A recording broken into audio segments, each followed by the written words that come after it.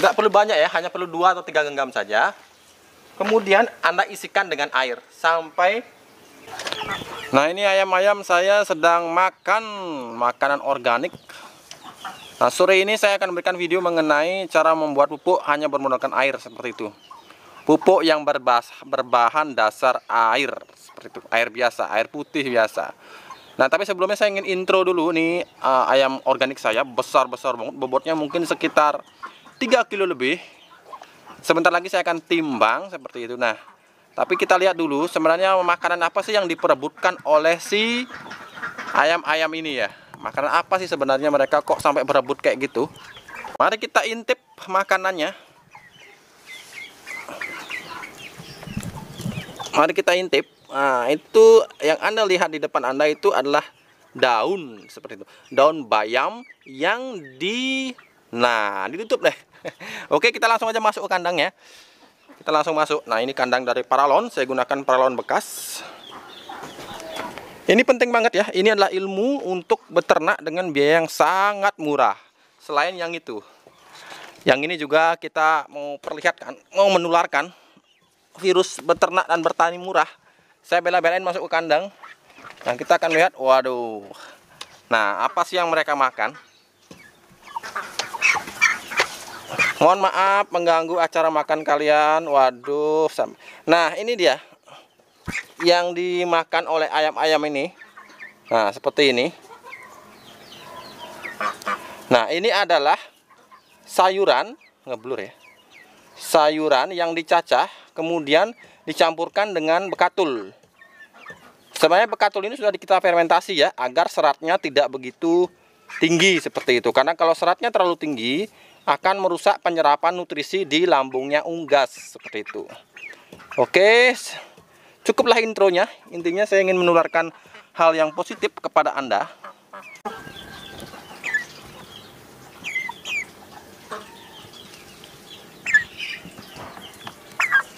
Ini pun ayam petelur, kita gunakan juga pakan yang sama. Sudah habis.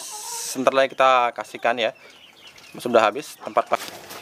Nah, di sini saya akan menimbang bobot ayam saya sekarang berapa dari hasil kita memberikan makan yang hanya dari limbah kebun kita. Jadi agar tidak menyepelekan seberapa tinggi sebenarnya kadar protein dalam sayuran, asalkan kita bisa mengolahnya dengan tepat dan takaran yang pas seperti itu. Nah, ini saya pelihara sejak usia berapa ya?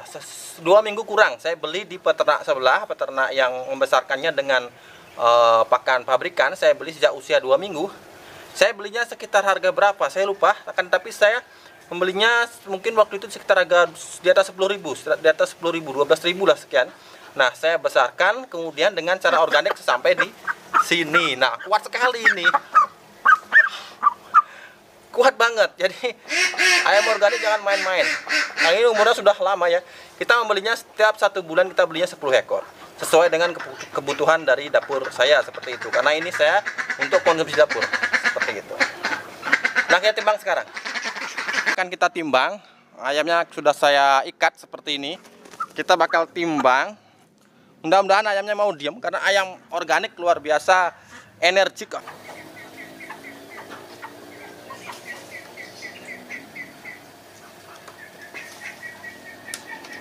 Ya, ternyata beratnya 3 kiloan. Ini bukti bahwa kita membesarkan dengan cara organik, tidak main-main. Beratnya sekitar 3,1 sekian gram. Jadi 3,1 kilo. Oke ya, cukup intronya ya. Semoga menginspirasi. Kemerdekaan pangan. Mungkin itulah kata-kata yang paling saya ingat ketika saya memulai semuanya. Beberapa tahun lalu, saya masih bercita-cita untuk bisa merdeka secara pangan. Karena saya melihat siaran-siaran luar negeri yang mampu hidup hanya dari alam. Nah, kemudian saya mencoba perlahan demi perlahan, sedikit demi sedikit, untuk menanam apapun yang ada. Benihnya di sekitar saya dulu. Saya nggak membeli benih langsung kemana-mana gitu, nggak. Saya benih, saya tanam, kemudian ketika tanamannya banyak, ketika saya lihat banyak sayuran, saya mulai untuk beternak. Saya sediakan dulu banyak sayuran, Karena saya mengerti, untuk beternak, penyediaan benih bibit itu gampang. Yang susah adalah menyediakan makanan dan menyediakan ilmu untuk bisa beternak secara murah. Mudah-mudahan melalui kanal YouTube saya, ada banyak sahabat di luar sana,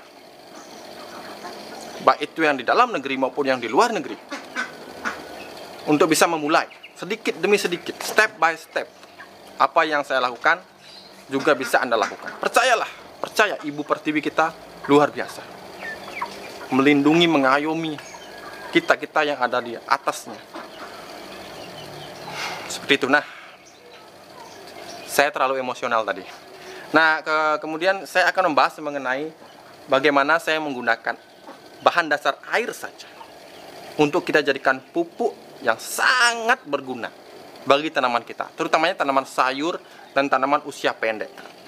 Ini adalah tips yang mungkin tidak banyak dipublikasi di YouTube atau di Google, dan saya akan mempublikasi ini, saya akan men-share ini kepada Anda. Harapan saya, Anda bisa men-share semua yang saya berikan ini kemana-mana, lewat Facebook, lewat Twitter, lewat Instagram. Share-lah yang banyak. Masalah Anda subscribe atau tidak ke channel ini, demi Tuhan, saya nggak peduli Anda subscribe atau tidak, it's no problem. Yang penting share. Siapa tahu dengan Anda men-share, ada banyak orang yang bisa mendapatkan manfaat dari sini. Di sini di depan Anda melihat kolam, bukan? Nah, kolam ini terdiri dari unsur utamanya adalah air tawar, yang karena ini adalah ikan air tawar. Nah, banyak yang bertanya, Pak, mengapa bisa sejernih itu kolamnya, Pak? Padahal tidak menggunakan satupun saringan, tidak menggunakan satupun saringan, dalam arti sirkulasi yang menyaring kemudian memasukkan lagi air seperti itu.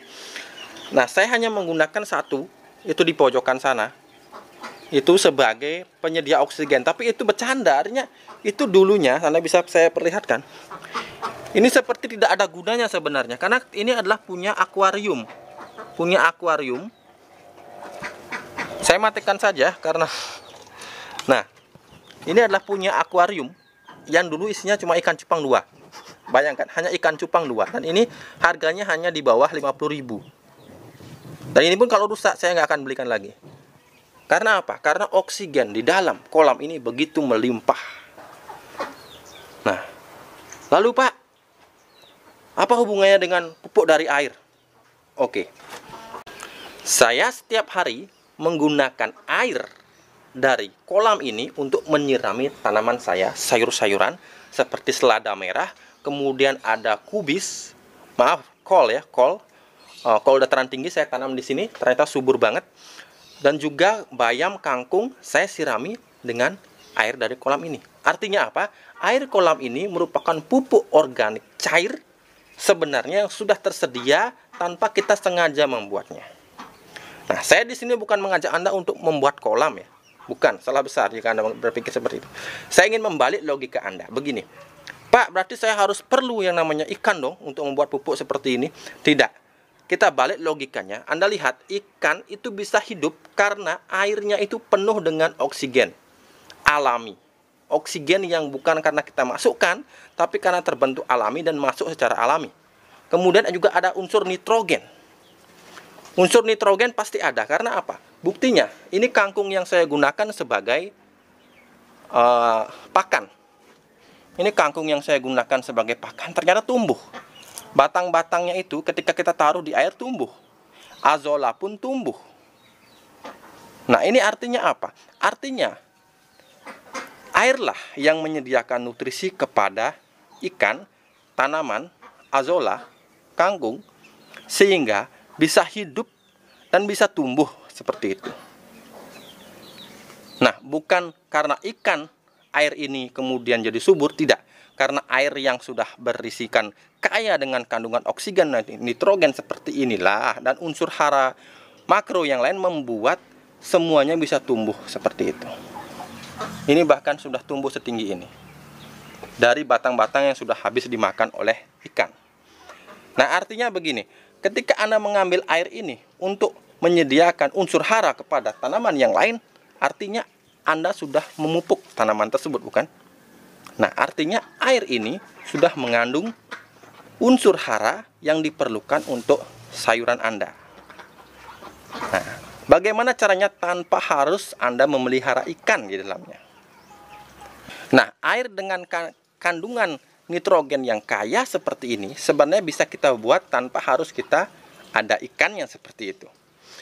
Indikasinya adalah ketika air sudah jernih dengan alamiah, kemudian air bisa menghidupi tanaman yang ditaruh di permukaannya, di sanalah kita bisa menyimpulkan air ini sudah kaya dengan unsur hara, penyedia nutrisi bagi akar. Seperti itu. Caranya akan saya beritahu sekarang juga. Tapi yang jelas Anda harus mengerti dulu apa yang saya sampaikan tadi.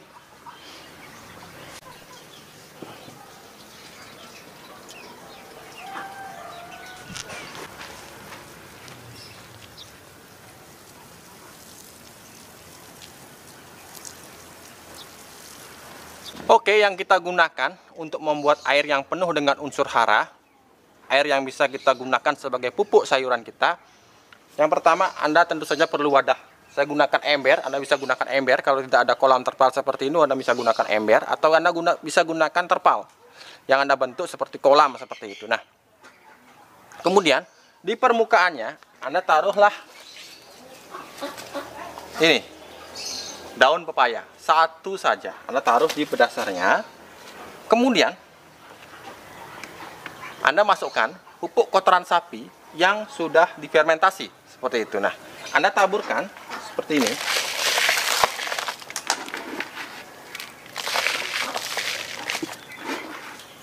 Oke. Tidak perlu banyak ya, hanya perlu 2 atau 3 genggam saja. Kemudian Anda isikan dengan air sampai sekitar 15 cm atau 20 cm dari ini dasar. Kemudian setelah Anda isikan dengan air, maka pupuk kotoran sapinya itu akan naik ya, akan naik di permukaan. Nah, Anda jangan khawatir, kok kayak gini Pak, jangan khawatir. Nanti besoknya Anda lihat ini akan sudah turun seperti itu. Dan akhirnya ampas-ampas ini akan turun ke dasarnya seperti itu. Nah, tadi daun pepayanya itu saya tindih dengan batu ya, agar tidak ikut untuk naik seperti itu. Jadi saya tindih dengan batu, dia tetap di permukaan seperti itu. Nah, kemudian Anda tambahkan E4 seperti ini. Sekarang kita membutuhkan yang namanya E4. Ini belum saya temukan caranya tanpa menggunakan E4 karena saya belum coba. Jadi yang pasti saja ya, agar tidak terjadi kegagalan seperti itu. Nah, saya gunakan E4. Kita cukup gunakan 1 tutup botol E4. Kita tuangkan, kemudian kita aduk seperti itu. Nah, 1 minggu pertama warnanya akan mulai menghijau. 2 minggu pertama makin hijau. Dan Anda akan heran kenapa bisa hijau seperti itu.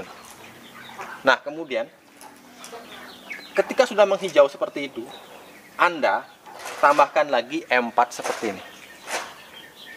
Dan Anda bisa menambahkan daun pepaya ke dalamnya. Minggu ketiga, minggu keempat, dan minggu berikutnya, perlahan-lahan hijaunya akan mulai hilang seperti itu. Anda bisa menambahkan ikan, kalau Anda mau, Anda bisa tambahkan ikan, tapi jangan ikan lele ya. Anda bisa tambahkan ikan nila atau ikan mas untuk Anda taruh di sini sebagai hiasan, 1 saja. Atau tanpa ikan bagaimana Pak? Anda bisa tambahkan azolla, Anda bisa tambahkan kangkung kalau tanpa menggunakan ikan. Atau kalau ada ketiga-tiganya lebih bagus lagi. Nah, seperti itu. Nah, kemudian Anda mulai bisa panen itu setelah 1 bulan. 1 bulan perlakuan Anda bisa mulai panen. Dan airnya Anda tinggal tambahkan lagi jika airnya sudah mulai sedikit. Anda tambahkan lagi air biasa sampai penuh. Anda tambahkan lagi E4 1 tutup botol, setengah tutup botol, maaf, setengah tutup botol saja karena itu ini sudah terproses, jadi Anda gunakan setengah tutup botol saja. Seperti itu terus, Anda tambahkan air, tambahkan sedikit E4 setengah botol. Nah, terus seperti itu sampai nanti Anda melihat kotoran sapinya sudah mulai sedikit di bawah. Anda tambahkan lagi kotoran sapi dan Anda ulang proses seperti yang dari awal seperti itu. Nah, ini sangat baik untuk pertumbuhan sayuran, terutama sayuran daun yang umurnya cepat seperti itu. Anda tinggal ambil, tuangkan, ambil, tuangkan, ambil, tuangkan. Sangat simpel tanpa harus mencampur lagi dengan air. Seperti itu. Oke, saya rasa cukup bila ada yang perlu dipertanyakan, Anda tinggal tanyakan. Jangan lupa untuk kolam seperti ini, kecil seperti ini, alangkah baiknya Anda tambahkan kangkung ya. Karena kangkung itu bisa Anda makan, bisa Anda konsumsi, kemudian juga akan memperkaya kandungan nitrogen yang ada di dalam air seperti itu. Azolla kalau Anda punya, tapi azolla tentunya terbatas ya, tidak semua orang bisa mendapatkan akses untuk mendapatkan azolla. Kangkung lah yang paling gampang seperti itu. Anda beli di kangkung di pasar, batangnya Anda tinggal taruh aja di atasnya seperti itu. Oke, cukup sekian pertemuan kali ini. Semoga menginspirasi dan semoga Anda ikut juga mengkampanyekan bertani murah dan kemandirian pangan agar kita bisa sama-sama menuju ke mandiri pangan minimal untuk dapur kita di rumah seperti itu. Jangan lupa untuk tetap menanam hari ini agar kita bisa panen esok hari. Sampai jumpa.